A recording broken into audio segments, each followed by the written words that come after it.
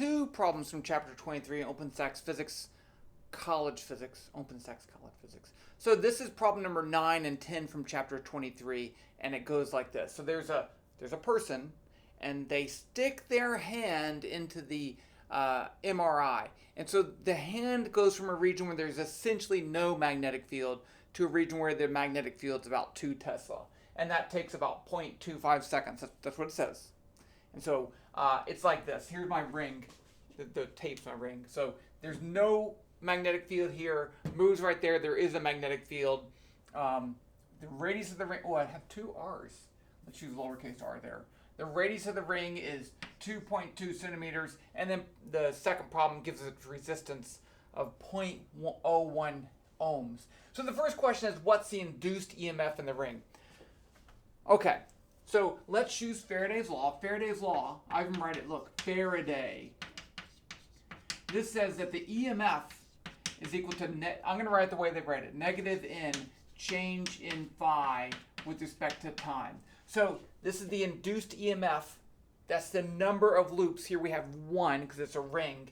The negative sign we don't have to worry about right now. We'll worry about that later. That's Lenz's law. And this is the change in flux, where flux is B, A, cosine theta.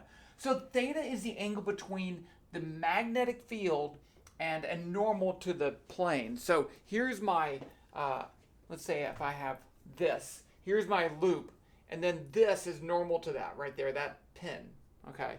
So either theta is 180 degrees or 0 degrees, either way. This is going to be 1 or negative 1, but we don't really care because we don't really care about that either. Okay, now just imagine if this ring was like that, then the angle between those would be like this. Oh, I should say like that. Like this, and that 90 degrees, you need to get no flux. Okay, but we do have flux.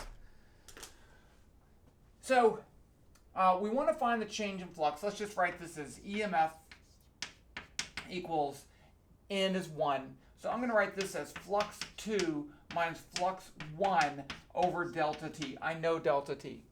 0.25 seconds. So this is going to be flux 2 is B times the area, which is pi r squared, minus flux 1. Well, over here, the magnetic field is 0. So that's 0. And that's delta T. So I have the EMF. Let's just put in our values. EMF is going to be the magnetic field 2, pi, which is pi, the radius squared. Now, because of all the units, we're going to have to put the radius in meters. So that's 0.022 meters squared divided by 0.25 seconds. Put it in the calculator time. Calculator. Drop. Okay. 2 pi 0.022 squared, and I can never see the squared, I say that every time, times, and then 0.25 divided by, and I get 0.012 volts. Now, the question said, is this going to be significant? This was in question 9, part B. It said, do you think that current, that would make a current that's going to increase the temperature of the ring?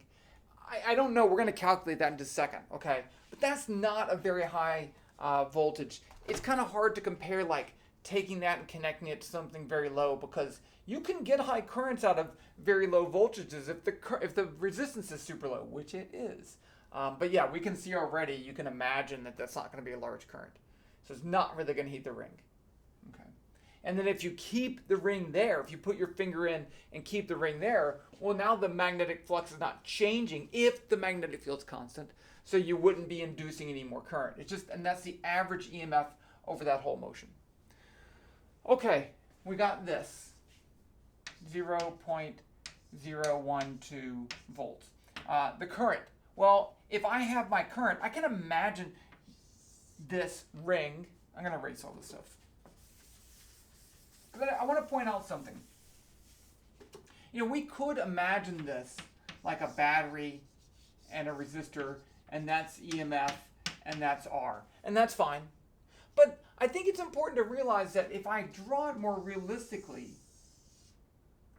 here's my ring, that induced EMF is actually creating an electric field. And I'm not even sure about the direction because it doesn't really matter here. I'm going to say the magnetic field's that way. Let's go ahead and calculate the direction of the induced current. So Lenz's law states the following. It says that this current is going to make a magnetic field, and that magnetic field is going to oppose the change. So here's my ring going from here to there. So I'm increasing flux that way. This ring wants to fight that, so it wants to make a magnetic field going that way.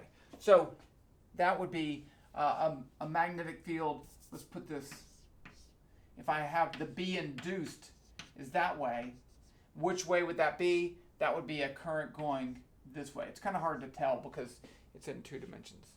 Now if I rotate that, let's look at it this way. Okay, so the magnetic field is going, the magnetic field is going, into the board. And so that would be a current, electric field going this way. And I want to point this out because this is what we call and other books call, a Curly electric field. It's not the same kind of thing, but if we do the change of potential around there, we're still going to get an EMF, right? Because of the length of the electric field. So here we got an EMF because we had the current and then a change of potential, but the EMF is just the whole thing around there. But you can think of it the same way. It works either way. So the EMF is going to be IR, and so we can solve for I. I is going to be the EMF over R. So this is 0.012 volts divided by 0.01. So that's going to, that actually is a significant current. That's going to be 1.2 amps. Right, if I just divide that by 0.01, it's like multiplying by 100. You could do it in the calculator if you want. Okay, so this is 1.2 amp. That is a lot, okay, for a ring.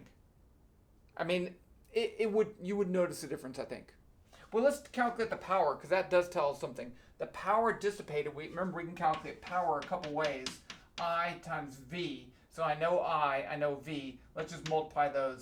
1.2 times 0.012. I'm going to do, that's going to be 0.14.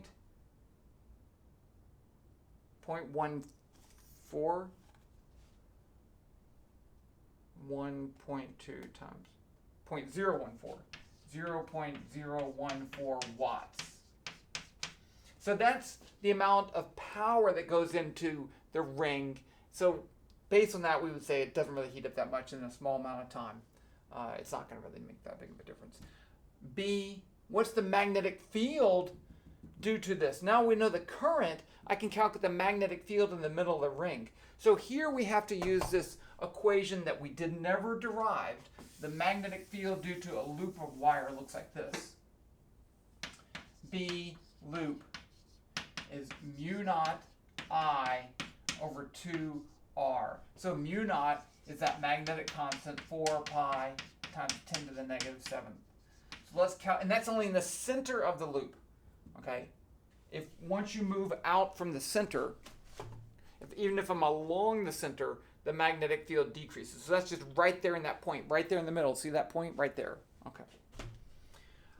Let's calculate that. B loop is mu naught 4 pi times 10 to the negative 7th times the current 1.2 divided by 2 times the radius 0.022.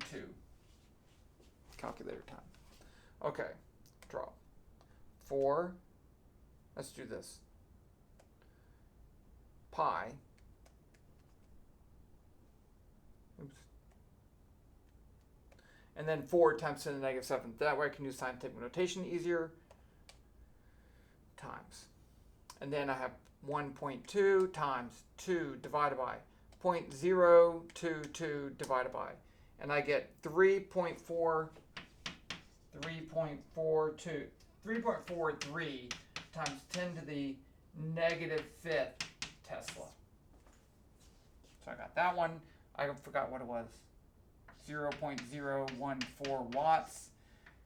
3 3.4 times 10 to the negative fifth Tesla. It's a watt. The end. Okay.